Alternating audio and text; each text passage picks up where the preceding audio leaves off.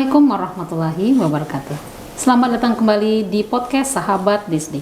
Podcastnya Dinas Pendidikan Provinsi Jambi yang memberikan berbagai informasi seputar dunia pendidikan dan juga kepegawaian, baik itu guru maupun tenaga kependidikan dan juga murid-murid kita di Provinsi Jambi. Tentu saja, saya Diani Hafidarniza beserta tim podcast BTIKP Dinas Pendidikan Provinsi Jambi. Kali ini di studio kita ini kita tidak sendiri, tim kita tidak hanya kami saja ya sahabat Disdik. Ini ada narasumber kita di studio kita yang telah bergabung hari ini sahabat Disdik. Yang akan kita bahas ini kira-kira adalah membahas sesuatu yang sangat lekat sekali dengan keseharian kita sebagai ASN sahabat Disdik. Mungkin kita ada yang melupakan maknanya, seperti kita sering memakai baju batik korpri bermotif awan itu ya setiap tanggal 17. Tetapi kita tidak mengenal secara jauh ini organisasi menaunginya seperti apa. Jadi benar sekali sahabat SD, kali ini kita akan membahas tentang korpri dengan tema yaitu eksistensi dan peran korpri bagi ASN di lingkungan Provinsi Jambi. Kita sapa dulu ya sahabat Disdik, narasumber kita. Narasumber kita ini adalah merupakan sosok yang sangat kompeten ini di Provinsi Jambi yang mengawal urusan administrasi dan juga kepegawaian di Provinsi Jambi. Beliau adalah Bapak Dr. Andes Hambali MSI selaku Sekretaris Badan Kepegawaian Daerah Provinsi Jambi dan juga Wakil Sekretaris Dewan Pengurus Korpri Provinsi Jambi. Kita sapa dulu sahabat Disdik. Assalamualaikum warahmatullahi wabarakatuh Bapak. Waalaikumsalam warahmatullahi wabarakatuh. Selamat siang Bu Diani. Ya, apa kabar Pak? Alhamdulillah sehat. Selamat datang Pak di studio podcast Sahabat Disdik. Iya, terima kasih, kami senang sekali diundang di Sahabat Disdik ini kan bisa beri informasi untuk teman-teman lain. Baik Pak. Kami juga terima kasih kepada Bapak yang telah menyempatkan waktu di antara waktu-waktu Bapak, kegiatan Bapak yang sangat sibuk ya Pak ya. Iya. Baik Pak, ini mungkin dari Sahabat Disdik ini banyak sekali mereka kan biasa memakai seragam korpri di tanggal 17 ini ya Pak ya. Mungkin ingin mengenal bagaimana filosofinya, landasan filosofi dari korpri itu sendiri sebagai seorang ASN itu kira-kira seperti apa Pak? Iya. Terima kasih Bu Diani, kita kesempatan diberikan kepada kami. Mungkin sebelumnya bisa menyapa dulu Pak. Oh iya, baik Bapak Ibu, teman-teman tenaga guru dan kependidikan di lingkup Dinas Pendidikan Provinsi Jambi, mana saja berada. Kami dari Sekretariat Korpri Provinsi Jambi senang sekali bisa menyapa Bapak Ibu sekalian guna memberikan informasi terkait dengan program dan kegiatan Korpri Provinsi Jambi ini Bu. Karena memang selama ini ya mungkin sebagian teman-teman masih ragu, masih bingung, masih bimbang apa sih manfaat Korpri untuk kita anggotanya gitu. Sejauh mana peran Korpri bisa membantu meningkatkan kesejahteraan anggotanya. Jadi banyak hal lah yang pengen kita perjuangkan walaupun memang tidak seperti sulap ya, hanya bertahap, secara bertahap kita lakukan upaya-upaya untuk memberikan perlindungan, memberikan kemudian mendorong juga karir teman-teman ASN, termasuk juga mendorong bagian upaya meningkatkan kesejahteraan anggota Korpri ini. Baik, terkait pertanyaan tadi mungkin Pak, filosofi landasan dari Korpri ini mungkin ASN di Provinsi Jambi ingin tahu lebih dalam ini Pak. Iya. Banyak Gen Z Pak, jadi P3K dan sebagainya belum mengenal Korpri lebih dalam gitu Pak. Memang kemudian di Korpri ini kan kebijakan secara nasional mulai di tahun 1971 melalui Kepres 82 tahun 1971 dibentuklah wadah bagi pegawai negeri. Itu namanya PNS kan, nama Korps Pegawai Republik Indonesia. Ini sebagai wadah berkumpulnya ASN, PNS itu dalam rangka menjaga marwah kehormatan dari PNS sebagai fungsi mereka jadi sebagai perekat dari persatuan ini secara nasional, karena kita kan beragam ya, beragam suku bangsa, bahasa dan sebagainya gitu. Jadi diharapkan Korpri bisa menjadi perekat gitu. Yang kemudian juga bagaimana melalui Korpri ini bisa memperjuangkan lah itu peningkatan kesejahteraan bagi PNS yang ada di Republik Indonesia. Jadi memang ya semangatnya, spiritnya memang memperkuat lah gitu, memperkuat peran mereka, dorong bagi mereka selain tugas-tugas mereka sebagai PNS juga bisa mengakomodir kepentingan mereka gitu. Baik. Jadi Korpri ini masih bertahap ya, Pak, berproses ya. Iya, Mas, ya, iya, Pak, iya, ya. iya. Nah, kalau kita lihat di Undang-Undang 5 tahun 2014 tentang ASN itu sudah di pasal 126 itu jelas sih disebutkan bahwa Korpri sebagai wadah bagi ASN dalam rangka memberikan perlindungan, memberikan kesejahteraan, dan juga mereka bisa menjaga citra dan kehormatan dari PNS itu. Iya, baik. Nah, ini mungkin banyak dari sahabat Disdik ini, Pak, sapaan kita bagi sahabat Disdik ini ingin tahu, Pak, ini struktur kepengurusan dari Korpri di Provinsi Jambi ini seperti apa? Siapa saja mendudukinya kira-kira? Terus bagaimana ini koordinasi dari Bapak dari BKD misalnya sampai ke ujung-ujung tombak di sekolah-sekolah ini seperti apa kira-kira, Pak? Iya, Bu. Jadi memang kelihatannya kalau struktur Korpri ini kan memang dibentuk dari tingkat pusatnya, Dewan Pengurus Nasional Korpri, di tingkat provinsi dibentuk dan pengurus provinsi, di kabupaten kota dibentuk dan pengurus kabupaten kota Korpri gitu. Memang ada unsur kepengurusan ini biasanya diambil dari pejabat-pejabat di lingkup daerah tersebut misalnya. Nah, biasanya itu melekat biasanya dengan untuk ketua melekat dengan pimpinan jabatan administrasi tertinggi. Biasanya kalau di provinsi sekretaris daerah provinsi, kalau di kabupaten kota biasanya sekretaris daerah kabupaten kota gitu. Kemudian juga ada ketua, wakil ketua biasanya diisi dari pejabat-pejabat pemerintah daerah yang kompeten lah gitu kan, kompeten dan peduli dengan kondisi teman-teman anggota Korpri ini. Jadi selain itu strukturnya, selain sekretariat Korpri ada juga LKHBN ya, Lembaga Konsultasi dan Bantuan Hukum yang kita bentuk. Kemudian juga ada Badan Organisasi Olahraga anggota Korpri namanya. Jadi saat ini baru di Provinsi Jambi baru 3 organisasi ini yang merupakan kesatuan dari organisasi Korpri. Oh, ya, gitu ya, Pak, ada seperti Pokjanya gitu. Iya, ya. Mereka tuh sebenarnya berdiri sendiri sih, berdiri sendiri, cuma ya di bawah binaan Korpri provinsi gitu. Oh, seperti itu. Ya, yang tugasnya juga membantu kepengurusan Korpri provinsi untuk bisa mengoptimalkan peran fungsi dan manfaatnya bagi anggota gitu. Baik, Pak, Bapak tadi sudah sedikit menyinggung terkait dengan perlindungan ya, Pak, ya. Perlindungan kan ini banyak sekali terjadi isu-isu di lapangan, terutama guru-guru ini, guru-guru kita. Nah, ini banyak, Pak, dari guru-guru kita ini mengalami atau terkena masalah hukum ini, Pak. Mereka kan merasa sendirian kadang-kadang gitu kan. Nah, kira-kira Korpri ini sejauh mana, Pak, perannya dalam memberikan perlindungan hukum atau pendampingan bagi anggotanya, Pak? Memang kita di Korpri juga bersinergi dengan pemerintah Provinsi Jambi lah gitu kan, guna memberikan perlindungan bagi anggota. Kita sudah membentuk LKBH ya, Lembaga Konsultasi Bantuan Hukum Korpri, yang tugas dan fungsinya memberikan advice lah kepada teman-teman yang punya masalah hukum. Kemudian juga kita juga memberikan perlindungan bagi anggota yang mungkin berproses secara hukum gitu kan. Cuman gini kan, di kita ini kan tersebar luas nih seprovinsi ini. Sementara kondisi kemampuan keuangan kita yang juga terbatas, jadi tidak semua permasalahan ini bisa kita cover gitu kan. Tapi bagi teman-teman yang punya masalah mungkin bisa disampaikan lah ke Korpri provinsi, nanti kita coba fasilitasi dengan teman-teman di LKBH. Ada beberapa teman-teman yang sudah pernah menyampaikan ke kita coba lakukan pendampingan. Namun ya tidak semuanya gitu, karena pembiayaan ini kan perlu proses pada pembiayaan juga nih. Betul, karena kita menyiapkan pengacara, ya mungkin perlu biaya gitu kan. Jadi ini bisa dilakukan, diajukan ke kita, nanti kita coba pelajari sejauh mana kita bisa memberikan perlindungan bagi anggota kita. Dan memang di saat ini kita coba sekarang mendidik beberapa anggota Korpri untuk bisa optimal fungsi-fungsi pendampingan hukum ini. Karena Korpri pusat juga sudah membuat jadwal untuk melakukan pelatihan bagi pengurus Korpri di daerah untuk bisa berfungsi melakukan pendampingan hukum bagi teman-teman yang menghadapi masalah hukum.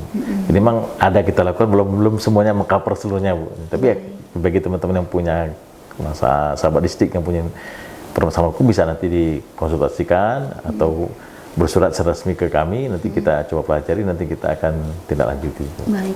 Jadi begitu sahabat Disdik, jangan merasa sendiri. Iya. Jangan merasa sendiri. Iya.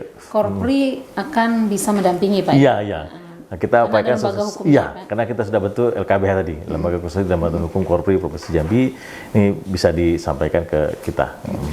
Baik, Pak, ini kita beralih ke isu yang cukup sensitif, Pak. Ini pertanyaan titipan. Iya.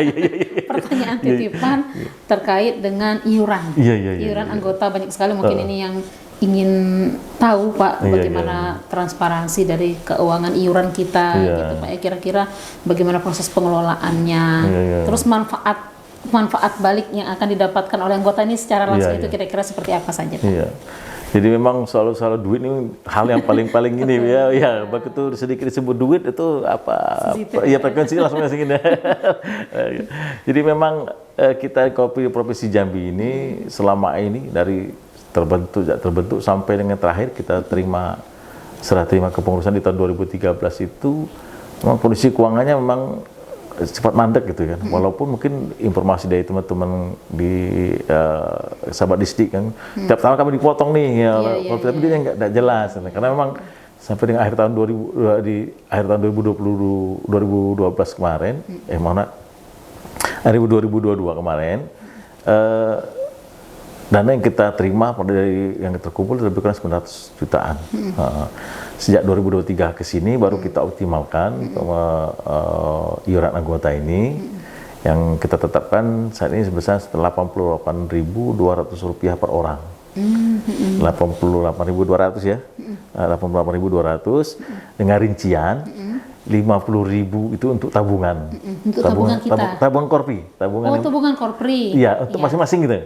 Untuk masing-masing orang. Nanti fungsi tabungan ini nanti pada saat yang bersangkutan berhenti sebagai anggota Korpri itu karena pensiun, meninggal dunia atau pindah keluar dari kerja dari kementerian, maka tabungannya bisa diambil gitu. Gitu ya, Pak ya. Tabungannya bisa diambil. Kemudian dari 80.200 digunakan juga 5.000 untuk semacam pertanggungan jamnya kita akan kerja. Kalau nanti teman pada saat bertugas di jam kerja mengalami kecelakaan sampai meninggal cacat fisik atau meninggal dunia, maka itu akan ada santunannya. Ada santunnya di cover berarti dari Korpri ya. Mungkin ini banyak yang belum tahu nih, Pak, dari sahabat Disdik kita. Dan terakhir 33.200 itu digunakan untuk operasional Korpri. Nah, operasional Korpri yang kita gunakan itu tadi kalau ada yang teman-teman kita yang meninggal dunia, maka mereka berhak mendapatkan tali asih ahli warisnya senilai 45 juta. Jadi 42 juta dana dari kas Korpri secara langsung dan 3 jutanya dari tabungan mereka plus nilai tabungan yang ada. Nah, karena baru 50.000 per bulan. Jadi kalau selama lebih kurang 2 tahun masa iurannya itu terkumpul lebih kurang 1.200.000. Jadi kalau ada yang meninggal maka mendapatkan 45 juta ditambah 1.200.000. Itu yang gitu. Itu yang bisa kita berikan untuk anggota yang meninggal dunia. Begitupun kalau pasangan kita meninggal dunia, ada juga uang tali asihnya dari Korpri. Ya, nilainya sebesar 1 juta rupiah. Kemudian juga kalau ini teman-teman kita pensiun, masuk masa pensiun, maka setiap akhir tahun kita undang secara resmi semacam pengakhiran tugas yang bersangkutan. Nah, itu kita berikan semacam piagam ucapan terima kasih dari pemerintah Provinsi Jambi dan uang tali asih sebesar 1 juta rupiah. Ini yang sedang kita upayakan di tahun 2026 ini untuk yang pasangannya meninggal dan yang pensiun dari 1 juta kita naikkan jadi 2 juta rupiah. Rencana kita nih, mudah-mudahan disetujui sama pimpinan. Kalau ini bisa kita jalankan. Kemudian juga selain itu kita setiap untuk anggota yang meninggal tadi kita juga memberikan semacam bantuan-bantuan bagi anggota Korpri lah gitu kan. Misalnya setiap hari raya Idul Fitri, kita coba dari tahun 2023 kemarin memberikan paket sembako untuk seluruh anggota Korpri. Memang sih nilainya masih kecil Bu ya, hanya 120.000 per paket. Tapi kalau kali 10.000 anggota, Ya, lumayan, 1,2 miliar juga duitnya. Iya, iya. Dan awalnya dulu kita hanya memberikan untuk teman-teman yang golongan 1 dan 2. Nah, terakhir di tahun 2024 dan 2025 kemarin sudah kita berikan kepada seluruh anggota. Seluruh gitu. anggota. Iya. Pengen kita sih ngasihnya yang besar, lebih besar, misalnya paket daging, minuman yang sudah jadi tradisi kita lah gitu kan. Nah, tapi kalau kita hitung dengan kondisi keuangan kita, ya kita juga nggak mampu juga, Bu. Terlalu besar juga yang harus kita keluarkan. Karena untuk nilai 120.000 saja kita butuh biaya 1,2 miliar. Kalau sampai 300.000 bisa 3 miliar. Langsung habis kas kita kan, Bu. Karena kita dari dana yang kita dari 88.200 tadi, 50.000 kita setorkan untuk tabungan, 5.000 kita setorkan untuk jaminan kecelakaan kerja, yang 33.200 tadi yang kita korpi keluar secara langsung, itu rata-rata per tahun terkumpul 3,9 miliar. Jadi uang itu yang kita kelola, yang untuk misalnya untuk meninggal ini rata-rata kita 40 orang per tahun. Oh gitu ya Pak? Iya, itu sudah 1,6 miliar. Oh. Ya. Baik, jadi lumayan besar kan? Iya, lumayan besar itu. Kemudian yang pensiun itu rata-rata 400 sampai 450 orang. Iya. Itu udah setengah miliar juga uangnya itu. Jadi memang ya kemudian untuk paket sembako lebaran aja sudah 1,2 miliar. Jadi kalau dihitung itu memang dana itu habis dikelola untuk kegiatan-kegiatan yang memang langsung ke anggota gitu kan. Iya, Jadi memang kalau ada teman-teman merasa, "Oh Pak, saya kok sudah ngiur tapi manfaatnya sedikit," ya. Kalau pengen manfaatnya besar ya mungkin minta surat keterangan meninggal dunia gitu. Nanti kita kasih 45 juta gitu. Banyak ya Pak? Iya. Ada juga sih seluruh teman-teman gitu ya. Gitu. Saya bilang ya itu tadi karena itu bentuk rasa kita rasa kepedulian kita sesama anggota lah. Memang kalau kita lihat dengan membandingkan dengan teman-teman di BUMN kan sedih juga gitu ya Bu ya. Saya sempat tanya juga tuh, kalau teman-teman BUMN kalau pensiun kok bisa dapat miliaran tuh, itu gimana ini? Kita di masa kerja Iya, ada yang 35 tahun itu hanya 1 juta yang bisa terlihat kita berikan, plus tabungan mereka yang berpuluh per bulan ini.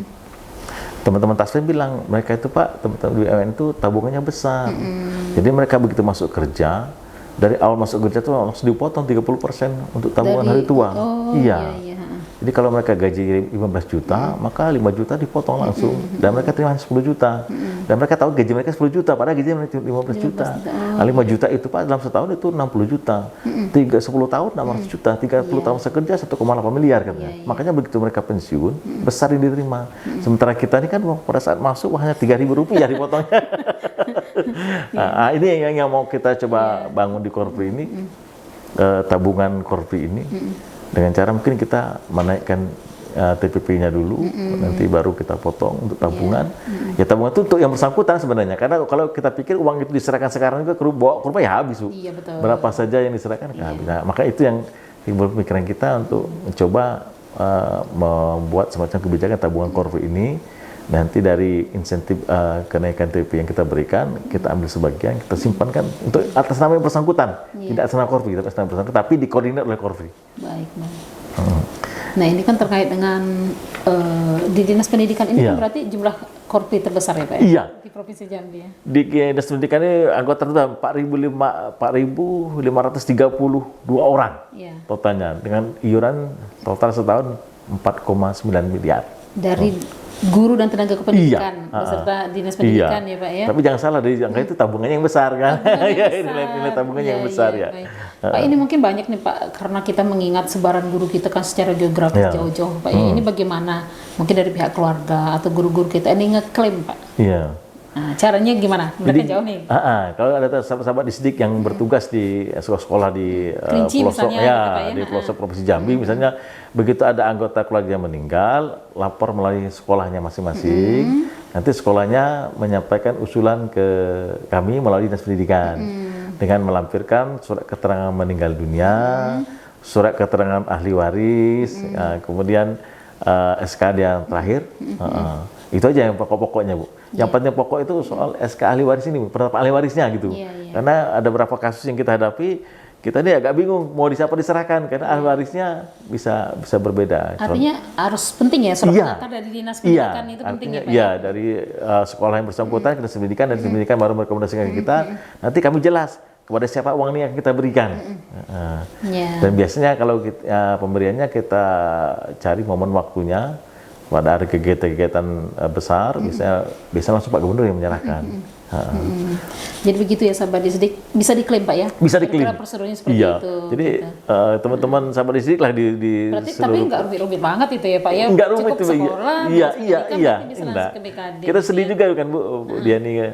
Saya dapat informasi udah setahun lebih meninggal, baru ngajukan klaim. Kenapa Bu? Saya bilang kok baru sekarang ngajukan. Kami nggak tahu Pak. Ini pun dapat SMS dari orang yang menyatakan bahwa ada santunan. Maka saya tanya dulu ke Bapak, apakah betul? Betul, saya bilang Bu, betul. Sepanjang dia anggota ASN Pemerintah Provinsi Jambi, tergabung dengan anggota Korpi, maka yang bersangkutan berhak, ahli warisnya kalau berhak mendapatkan dana santunan tali asih. Saya bilang nilainya 42 juta. Saya bilang. Pak, ini kan zaman digitalisasi ya saat ini ya Pak ya. Nah ini mungkin dari sahabat Disdik banyak ingin bertanya-tanya. Mungkin mereka tuh ingin tahu ini lebih lanjut mengenai Korpri. Kira-kira Korpri ada nggak mengembangkan sistem digital Pak? Mungkin berbentuk aplikasi atau database yang mudah untuk sahabat Disdik untuk mempermudah layanan anggota itu. Kira-kira ada nggak? Kami ini kendalanya pertama nih Bu, soal sekretariat Korpri ini belum terbentuk. Ada kepengurusan sementara ini tugas-tugas Korpri ini masih dipegang oleh teman-teman di BKD. Jadi karena kesibukan mereka juga kadang-kadang ya tidak terlalu fokus. Karena juga karena kantor Korpri sendiri belum ada. Rencana kami setelah kantor Korpri nanti berdiri dan kita akan rekrut tenaga-tenaga khusus yang untuk menjadi sekretariat Korpri ini. Di situ kita melakukan rancang. Kita bangun digitalisasi dan layanan lah kepada seluruh anggota kita kan. Pertama database ini dulu yang paling penting kan. Betul. Karena sebenarnya kalau kita ini kan nggak terlalu rumit sih Bu. Kita cukup lihat data ASN kita aja gitu kan. Nah, tinggal dicek mana yang sudah bayar iuran, mana yang belum gitu kan. Artinya kan nanti dari anggota Korpri kan bisa mengakses Pak informasi-informasi apa yang mereka didapatkan itu kan bisa mereka peroleh di sana gitu. Sementara ini informasi masih kita melekat dengan kegiatan yang ada di BKD lah Bu. Di layanan digital BKD itu kita masukkan juga di sana. Ada ya Pak ya? Ya, terkait dengan anggota Korpri meninggal, sudah mengajukan klaim, ini syaratnya, ini prosedurnya gitu. Berarti ada di BKD ada. Itu yang penting ya sahabat Disdik ya. Yang ingin tahu silakan akses dari layanan BKD. Di layanan BKD itu ada, kita masukkan di sana. Itu sementara waktu nanti sampai dengan Korpri sudah berdiri sendirilah gitu untuk sekretariatnya, tidak bergabung di BKD lagi. Nah ini terkait dengan pengembangan kompetensi Pak. Kira-kira Korpri menyentuh nggak sampai ke sana Pak terkait dengan SDM ASN kita? Kita sampai saat ini Bu masih fokus bagaimana kita bisa berbuat lebih banyak kepada anggota. Kalau kita hanya mengandalkan dari iuran anggota, maka mungkin keterbatasan itu akan besar. Jadi kita tidak bisa terlalu banyak. Jadi kita sekarang ini lagi fokus bagaimana Korpri ini bisa mempunyai unit bisnis lah gitu, unit usaha yang bisa menghasilkan sehingga nanti bisa bermanfaat untuk anggota gitu. Iya, itu yang sedang jadi pemikiran kita. Karena dari 3,9 miliar kita terima setiap tahun itu rata-rata habis untuk yang dana-dana kegiatan operasional harian seperti misalnya santunan kematian tadi, santunan pensiun, kemudian bantuan-bantuan Korpri untuk kegiatan sosial, ya habis di sana gitu.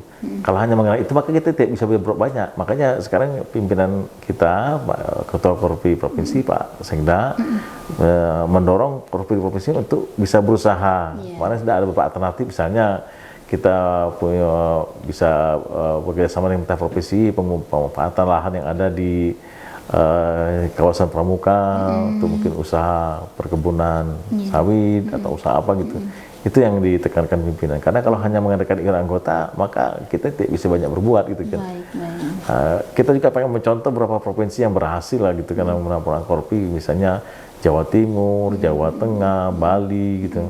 Jawa Barat, mereka Korpri itu sudah ada yang punya universitas. Ada memberikan beasiswa juga. Bukan, mereka membangun universitas. Universitas ya? Iya, universitas, Pernah dengar, Pak? rumah sakit. Saya pernah dengar Iya. ada Korpri itu sampai memberikan beasiswa. Iya. Terus pelatihan-pelatihan Iya. gitu kan untuk peningkatan Iya. SDM-nya gitu kan. Kalau yang di Jawa Timur itu ada perguruan tinggi yang dibangun Korpri. Kalau anggota Korpri ke sana, diskon ininya biaya kuliahnya besar juga gitu. Jadi Iya, iya. termasuk rumah sakit Korpri juga gitu. Sampai ke situ Sampai ya ke Pak situ ya? mereka ya. Bukan hanya sekedar beasiswa dan pelatihan ya? Iya. Jadi juga ada juga usaha misalnya buka apa kayak supermarket gitu kan. Ada beberapa daerah yang berhasil lah gitu. Nah kita tuh belum berani melangkah terlalu jauh karena juga kita mempertimbangkan kondisi kemampuan keuangan Korpri juga gitu kan. Karena kita masih mengadakan iuran anggota, masih kita pikir-pikir usaha apa yang cocok sampai nanti buka usaha rugi kan nanti bisa dikomplain sama anggota gitu. Iya, iya. Baik, Iya. Pak. Jadi memang kalau nanti finansial kita juga sudah kuat, mungkin kita akan coba mempertimbangkan bagaimana kita mendukung program pemerintah dan pengembangan SDM kita lah, karena misalnya melalui beasiswa Korpri gitu kan. Saat ini beasiswa itu hanya baru kita berikan bagi anak-anak anggota Korpri. Iya. Terutama teman-teman yang golongan 1 dan 2. Kemudian juga yang anak-anak berprestasi ada kita berikan, walaupun nilainya tidak terlalu besar, tapi kita berikan itu biasanya setiap hari ulang tahun Korpri di tanggal 29 November setiap tahunnya nanti kita berikan itu. Baik Pak. Semoga tercapai cita-cita Bapak ya. Iya, Kan Korpri. cita-cita kita bersama lah Bu. Iya, bersama gitu ya. Gedung ya Pak ya, sebagai sekretariat. Iya, gitu, gedung Pak, ini ya. kan saya masih numpang saat ini, operasional kita masih menumpang di kantor BKD. Itu ya ada rasa juga kurang nyaman kita kan, karena takut mengganggu aktivitas teman-teman di BKD. Nah, kemudian juga kita belum bisa memberdayakan tenaga-tenaga dari luar. Karena kan ini kantor pemerintah, nanti ada orang organisasi kok bisa masuk dalam di kantor pemerintah gitu. Itu yang kita ini. Nanti insya Allah di tahun 2026 ini sekretariat kita sudah selesai. Nanti kita lebih optimalkan lah pemanfaatan sumber daya kita untuk bisa ya tadi membangun layanan digital bagi anggota, kemudian membuka website kita secara resmi sehingga teman-teman bisa mengakses lah gitu, mendapat kemudahan bagaimana kita bisa mendapat manfaat yang lebih besar dari Korpri Provinsi Jambi. Baik, Pak, ini kita ke Panca Prasetya Korpri ini, Pak. Ini kan setiap hari Senin mungkin apel atau upacara kan sering dibacakan ya Pak ya. Nah ini Pak, kira-kira supaya bukan hanya sekedar hafalan itu, bagaimana kira-kira nilai-nilai yang terdapat dalam Panca Prasetya Korpri itu mendarah daging bagi ASN. Kira Bapak mungkin bisa memberikan masukan buat sahabat Disdik, kira-kira Pak seperti apa? Gitu? Bapak Ibu sahabat Disdik semua, jadi memang selama ini kita mungkin Panca Prasetya Korpri ya hafal lah gitu ya, walaupun juga sebagai kita mungkin tidak begitu hafal. Mungkin harapan kita ke depan nilai-nilai itu tidak hanya kita ingat di lisan kita saja. Yang kita butuhkan mungkin bagaimana kita meresapi dan mengimplementasikan nilai tersebut gitu kan. Kita juga bersinergi lah dengan pemerintah provinsi, bagaimana kita bisa menyebarluaskan tentang nilai-nilai ini. Karena nilai juga biasanya juga melekat sih Bu dengan nilai-nilai dasar dari setiap ASN kan, berakhlak gitu kan. Sebenarnya juga sama lah gitu kan, dia semacam sesuatu yang melekat gitu, yang satu gitu. Jadi kita juga merencanakan ke depan untuk semacam program yang lebih masif lah gitu kan. Salah satu program yang kita ambil ini, kita melalui Korpri provinsi juga berkontribusi misalnya dalam kegiatan pemilihan ASN atau Korpri Teladan tingkat provinsi Jambi ya gitu. Jadi kita itu ada 4 kategori yang kita pilih, yaitu yang pertama untuk kategori pejabat struktural, pejabat fungsional, pelaksana, dan pejabat fungsional guru. Khusus untuk guru itu tersendiri ya. Tersendiri. Jadi kita memilih teman-teman ASN anggota Korpri yang terbaik lah gitu. Harapan kita itu bisa menjadi role model bagi kita bagaimana idealnya seorang ASN dan anggota Korpri dalam menjalankan tugas kewajibannya selaku ASN gitu. Nah ini ya selain sebagai role model, kita juga jadikan mereka sebagai duta lah, duta Korpri, sehingga semua aktivitas yang mereka jalankan bisa membawa nama baik Korpri lah gitu. Nah ini sudah kita lakukan, dan teman-teman yang terpilih kita berikan apresiasi nih Bu. Ya, kita berangkatkan umroh lah gitu kan. Wah, luar biasa ya. Iya, yang terbaik satunya ada 4 orang kita berikan umroh tahunnya. Ini sudah baru jalan 2 tahun nih, tahun 2025, 2024 dan 2025 ini. Insya Allah 2026 juga kita pilih lagi, kita akan umroh juga gitu. Kenapa mereka bisa menjadi ini, kita masih corong bagi kita lah gitu kan, untuk teman-teman yang lain, bahwa ya kita punya tugas dan tanggung jawab selaku ASN, selaku anggota Korpri, yang bisa menjadi, ya itu tadi sesuai dengan fungsi kita tadi, bisa menjadi perakat kesatuan Indonesia ini. Kemudian juga kita bisa menumbuhkan cerminan profesionalisme kita sebagai ASN, kemudian juga kita bisa mendorong bagaimana supaya lebih sejahtera, tidak hanya diri kita selaku ASN, tapi juga bagaimana masyarakat yang lebih luas. Baik. Luar biasa sekali ini. Tetap ya Sahabat Disdik, di podcast Sahabat Disdik nanti kita akan lanjutkan masih dengan Bapak Hambali dari BKD Provinsi Jambi. Tetap di podcast Sahabat Disdik.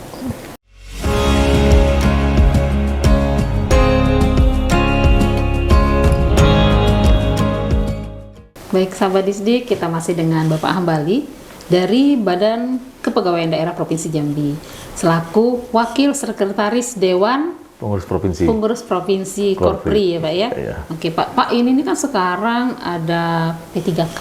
Iya. P3K ini cukup banyak ya Pak ya jumlahnya. Kita punya rekan-rekan P3 kita. Nah ini banyak ini pertanyaan ini Pak terkait dengan telah bergabungnya teman-teman P3K kita ini, apakah mereka itu otomatis menjadi anggota Korpri? Dan lalu pertanyaan yang lainnya, ada perbedaan hak tidak mereka dengan PNS gitu? Ini seperti apa nih Pak? Jawab pertanyaan teman-teman P3K. Ya, bagi teman-teman P3K dan PNS, ASN juga kan, ASN sama ASN. Begitu mereka diangkat sebagai P3K, maka otomatis mereka menjadi anggota Korpri. Cuma kendalanya mereka sebagai anggota Korpri bukan anggota aktif. Karena anggota aktif terhitung sejak mereka mulai membayar iuran yang 80.000. Membayar iuran? Iya, 80.000 tadi. Jadi sebelum mereka membayar iuran, maka mereka anggota tapi anggota tidak aktif. Tapi setelah mereka membayar iuran, maka sejak saat itu mereka anggota aktif dan mulai berhak menerima hak-hak mereka sebagai anggota Korpri secara penuh.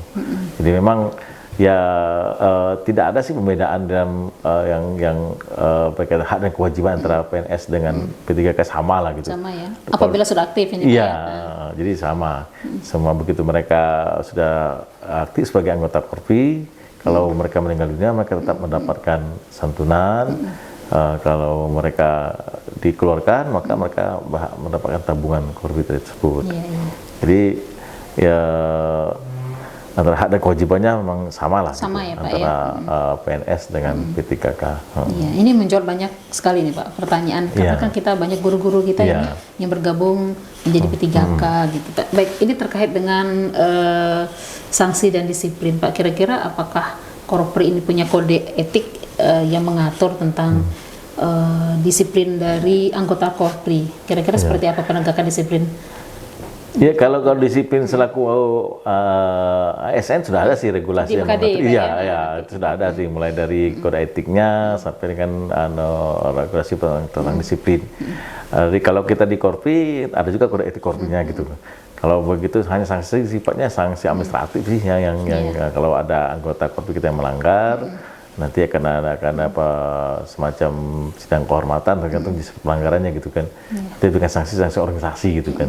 Tapi berkaitan dengan posisi mereka selaku ASN, maka kalau mereka lakukan kode etik maka akan ada sanksi, biasanya sanksi moral. Sanksi moral, kemudian rekomendasi untuk penegakan disiplin.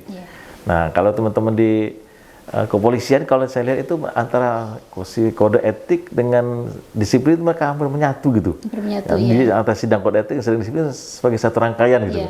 Kalau kita di ASN agak terpisah gitu ya. Jadi kode etik kita hanya memberikan sanksi sifatnya moral, sedangkan untuk administrasi ada di sidang disiplin.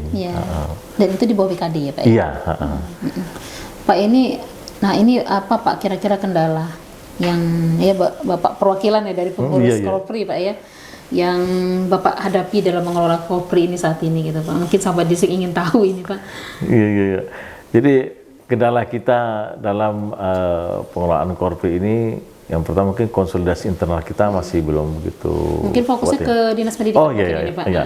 Untuk teman-teman anggota Korpri yang dari sahabat Distrik ini, ya dalam pelaksanaan tugas mereka ini yang paling besar itu yang di temuan kita nih masalah indisipliner terkait dengan hari kerja gitu. Hari kerja, iya hari kerja. Dari beberapa evaluasi yang kita lakukan, sebagian besar pelanggaran disiplin dilakukan oleh teman-teman sahabat Distrik ini itu tidak masuk kerja, bervariasi gitu. Ada yang sampai yang baru ketahuan tidak masuk kerja setelah 2 tahun, ada yang setelah 1 tahun baru ketahuan gitu kan ya. Ada juga mungkin yang pimpinannya aktif pada saat melanggar langsung dilaporkan, karena kan dia tergantung dari pelanggarannya gitu. Kalau saat ini kan sanksi yang bagi tidak masuk kerja itu lebih dari 10 hari berturut-turut kan bisa diberhentikan. Diberhentikan dengan hormat. Kemudian juga kumulatifnya 28 hari dalam 1 tahun itu juga bisa diberhentikan. Jadi secara umum pelanggaran hari kerja nih, disiplin hari kerja yang paling besar yang kita temui. Dan juga ada pelanggaran misalnya, mohon maaf ini perselingkuhan ini. Perselingkuhan ya Pak? Iya, perselingkuhan juga. Marak ya, Pak? Iya. Datanya BKD mesti punya. Kita lihat trennya juga makin naik ini. Apakah mungkin karena teman-teman sahabat Distrik makin sejahtera ya? Karena sudah dapat gaji, sertifikasi, ada TPP kan mungkin gitu. Kita nggak tahu. Ya selain itu juga peningkatan kasus perceraian. Nah, kita yang mungkin agak sedih nih. Tapi kalau kita lihat, meningkat juga ya Pak? Iya, peningkatan trennya juga dari usulan kita terima juga semakin tahun semakin naik. Agak sedih juga kita sebenarnya. Cuma kalau kita lihat sih memang ini ya simetris dengan kondisi yang secara nasional juga gitu. Nasional? Iya. Kita lihat tren kepercayaan di websitenya Mahkamah Agung itu juga semakin meningkat. Jadi sedih juga gitu. Kasus-kasus perceraian ini muncul karena faktor kendala ekonomi misalnya itu kan kita agak sedih juga gitu. Jadi itu yang paling sering kita temui, walaupun juga ada pelanggaran misalnya pidana gitu kan yang lain, dan narkoba gitu juga ada gitu kan. Tapi yang paling sering itu masalah pelanggaran disiplin hari kerja itu. Hari kerja ya Pak ya. Iya. Baik Pak, ini kan harapan besar Bapak ini kira-kira terkait dengan Korpri ini Pak, wajah Korpri ini mungkin 5 tahun ke depan itu kira-kira seperti apa harapan Bapak? Kita pengen lah Korpri ini betul-betul bisa menjaga fungsinya secara maksimal lah gitu. Misalnya bisa memberikan perlindungan kepada seluruh anggotanya gitu. Apapun permasalahan yang dihadapi anggota, Korpri bisa terlibat secara langsung gitu kan. Nah, misalnya ada yang menghadapi dalam masalah hukum gitu kan, kita bisa bantu misalnya pendampingan secara hukum dengan menuju advokat yang bisa melakukan pendampingan. Kalau bisa mungkin dari pengurus Korpri yang punya kapasitas itu kita akan tugaskan anggota Korpri. Dan kayaknya itu sangat diperlukan sekarang Pak. Guru-guru kita banyak sekali. Maaf Pak ya, dikriminalisasi kan. Iya. Kemudian juga mungkin teman-teman yang butuh semacam nasihat atau semacam apa, kita juga bikin lembaga konsultasi lah gitu kan. Konsultasi. Iya, permasalahan apapun yang menghadapi, pendampingan apapun mungkin bisa disampaikan ke Korpri. Kalau memang nanti Korpri bisa memberikan masukan-masukan apa solusi bagi permasalahan itu. Kemudian juga kita juga pengen ke depan Korpri ini ya betul-betul bisa menjadi wadah kita untuk lebih merekatkan lah spirit the corps kita selaku ASN, selaku anggota Korpri ini. Jadi kita ada semacam rasa satu kesatuan lah, rasa kebersamaan kita. Kalau misalnya satu merasa disakiti, teraniaya, kita yang lain juga merasa. Itu yang kelihatannya yang nilai itu yang sudah agak murah. Kita timbul kesannya cuek dan apatis dengan kondisi dihadapi oleh teman-teman anggota Korpri lainnya gitu. Kalau ini kita misalnya seperti kriminalisasi sahabat Distrik, tenaga guru yang ada di satu daerah, ya kesannya sebagian merasa tidak terpanggil untuk terlibat itu. Harapan kita Korpi ini bisa kembali menyatukan ini. Gitu. Jadi satu saja yang tersakiti, maka semua akan bereaksi sebagai bentuk solidaritas kita sebagai anggota Korpi. Jadi solidaritas kita yang mau kita pupuk terus ke depan. Yang juga kita berharap ke depan wajah Korpi ini betul-betul bisa mendorong peningkatan kesejahteraan anggota lah gitu. Jadi memang kalau kita lihat dari posisi kita sebagai ASN sudah ada aturan yang memberikan terkait pengupahan kita, gaji atau salary yang kita terima, dan menurut sebagian kita itu belum menistari hidup layak gitu kan. Nah, maksud kita bisa nggak Korpi ini ke depan tuh berperan bisa mensupport kekurangan itu gitu. Misalnya dengan usaha-usaha yang dikembangkan Korpi, nanti Korpi bisa punya penghasilan yang mungkin nanti bisa dia diberikan juga keuntungan itu untuk anggota gitu. Misalnya juga seperti upaya Korpi untuk memberikan jaminan hari tuanya gitu. Kalau selama ini kan kalau kita sebagai PNS pensiun bekerja nih pensiun terima taspennya paling 70 sampai 80 jutaan gitu. Dengan masa kerja misalnya 35 tahun ya. Iya, lebih dari 30 tahun nah. Maksud kita bisa enggak Korpi itu membantu menyiapkan tabungan hari tua yang lebih besar. Kita mencontoh teman-teman di BUMN lah gitu kan. Pada saat mereka masuk masa pensiun sebagai pegawai BUMN, mereka terima tabungan hari tuanya itu bisa sampai miliaran. Iya, sekian miliar. Nah, ya, kita nggak salah seperti gitulah gitu kan. Dapat sepertiganya aja dari itu udah lumayan. Makanya kita di Korpi mendorong ke depan itu jika nanti kondisi keuangan di daerah memungkinkan dan ada kebijakan peningkatan TPP bagi ASN Pemprov Jambi, kita akan coba mengambil sebagian itu untuk disimpankan. Karena pengalaman kita sih kalau berapa uang kita terima diserahkan ke rumah ya biasanya habis juga gitu kan. Tapi ini ada kebijakan kita tambahkan penghasilannya, jadi tidak mengurangi penghasilan yang ada selama ini gitu kan. Kita tambahkan nanti kita simpankan. Nanti harapan kita kalau bisa saja satu orang bisa saving 500.000 per bulan, dalam setahun sudah 6 juta rupiah terkumpul. Dalam 10 tahun 60 juta. Dalam 30 tahun masa kerja terkumpul 180 jutaan. Itu bisa nilainya 3 kali lipat dari duit taspennya gitu kan. Apalagi kalau kita bisa menabung lebih besar. Ini bisa mungkin kita lakukan kalau misalnya kondisi keuangan kita baik. Karena kalau kita lihat nilai besaran TPP yang diterima oleh ASN Pemprov Jambi saat ini baru 60% dari standar yang BPK. Karena kita mengacu ke standar Badan Pemeriksa Keuangan nih. Nah, kita baru 60%-nya, masih ada 40% nih. Berarti ada potensi naik TPP 40% ya Pak? Iya. Ini mungkin berita baiknya. Kita kemarin kendala terbesar itu soal kapasitas fiskal kita, karena kapasitas fiskal kita masih rendah, karena sebagai kontribusi PAD terhadap APBD juga tidak sebesar daerah lain. Proporsinya itu. Jadi kalau itu ada kenaikan, kita akan upayakan untuk bisa meningkatkan nilai tabungan Korpi. Mungkin juga nanti bisa dari hasil usaha yang kita lakukan. Kita lihat juga beberapa organisasi seperti Pramuka kan mereka cukup mandiri di Provinsi Jambi karena mereka punya usaha kebun kelapa sawit. Sumber daya itu yang digunakan untuk kegiatan Pramuka secara mandiri. Kita juga pengen mengadopsi itulah gitu kan. Mengadopsi itu nanti kita coba kembangkan supaya nanti manfaatnya bisa lebih besar bagi anggota. Jadi ke depan tuh kita akan betul-betul lah bisa melindungi, bisa membuat kita semakin solid, kemudian juga bisa membantu kita lebih sejahtera lah gitu. Berarti kan. Harapannya intinya adalah Korpi ini menjadi rumah besar kita yang nyaman gitu Pak ya, dan bisa integrasi, ada inovasi gitu Pak ya. Harapannya seperti itu Pak ya Korpi ini gitu. Orang selama ini kan sering yang nada pesimis lah kita. Apa sih Korpi? Apa sih manfaat kita terima sebagai Korpi? Kita hanya sibuk dengan iuran, tapi nilai manfaat yang kita terima juga ya minim-minim saja gitu. Ke depan kita pengen ada ada semacam manfaat dirasakan anggota lah. Misalnya kemarin dalam 3 tahun terakhir ini kayak Korpi itu memberikan paket sembako di hari Idul Fitri gitu bagi anggota. Memang ini tidak besar, tapi bagi saya mendengar secara langsung, saya sekian puluh tahun jadi pegawai baru ini menerima paket sembako dari Korpi katanya.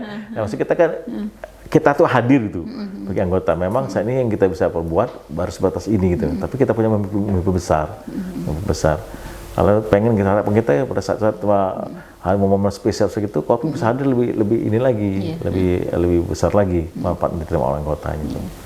Baik Pak, ini kita tidak terasa sudah sampai di ujung sesi untuk closing statement Pak. Kira-kira Bapak ada pesan tidak Pak? Pesan untuk guru dan tenaga pendidikan untuk lebih meningkatkan profesionalisme di bawah naungan korpri ini seperti apa kira-kira?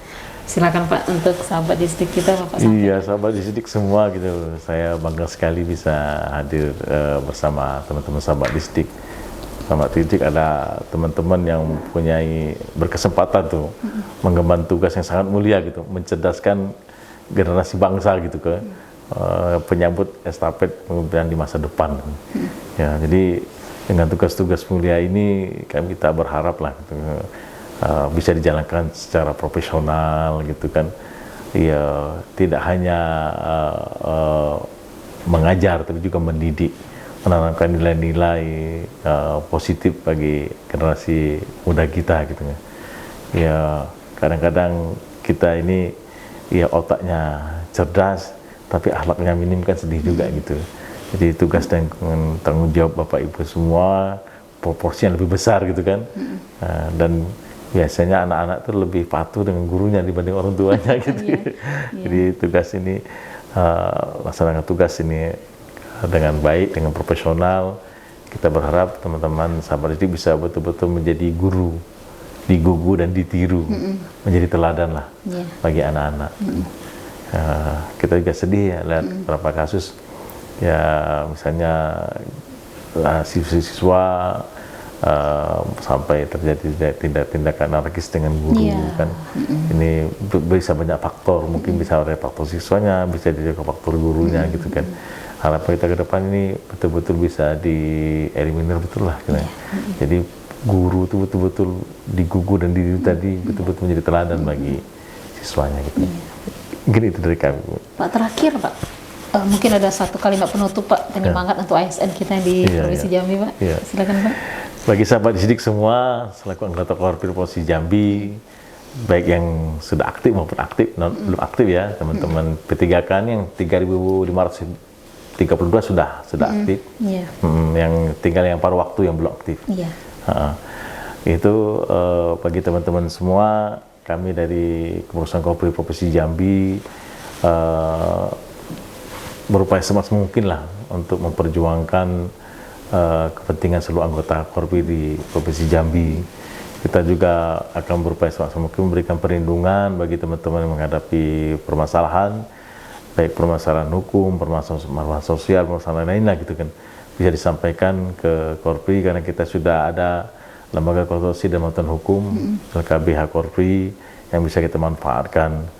Tidak usah ragu-ragu teman-teman, ini tidak dipungut biaya Rp1 pun karena semua menjadi tanggungan Korpri. Kami juga pengurus Korpri berupaya terus secara setiap tahunnya untuk bagaimana kita bisa meningkatkan jiwa korsa kita lah, soliditas kita selaku anggota Korpri, kita sebagai satu kesatuan yang tidak terpisahkan gitu kan. Jadinya begitu, salah satu di antara kita mungkin ada permasalahan, yang lain juga merasa bahwa ini masalah kita bersama gitu, bukan masalah individu kita. Korpri di provinsi juga berupaya dari tahun ke tahun ingin meningkatkan lah kesejahteraan anggota Korpri. Kalau selama ini kita hanya mengandalkan iuran anggota, kita ke depan juga memikirkan bagaimana kita bisa menjadi sumber-sumber yang bisa membantu meningkatkan kesejahteraan anggotanya gitu. Ya, kita juga berharap bahwa Korpri ke depan bisa bersinergi lagi dengan pemerintah gitu. Kalau selama ini Pak Gubernur mendukung penuh itu program Korpri, harapan kita ke depan Pak Gubernur semakin mendukung lagi gitu kan, dengan meningkatkan TPP kita sehingga tabungan ke Korprinya bisa bertambah, sehingga pada saat Bapak Ibu mengakhiri masa tugas sebagai ASN dan anggota Korpri bisa menerima manfaat yang lebih besar. Ya, kita pengen mencontoh lah teman-teman di BUMN gitu. Walaupun tidak bisa full seperti mereka, tapi setidaknya spirit itu bisa kita perjuangkan. Baik. Luar biasa sekali penjelasan dari Bapak Ahwali. Ini bisa saya simpulkan kira-kira seperti ini Pak ya. Korpri ini bukan hanya sekedar baju batik ya Pak, tapi wadah perlindungan, perjuangan kesejahteraan juga lagi diperjuangkan, dan pemersatu ASN juga bisa ya Pak ya.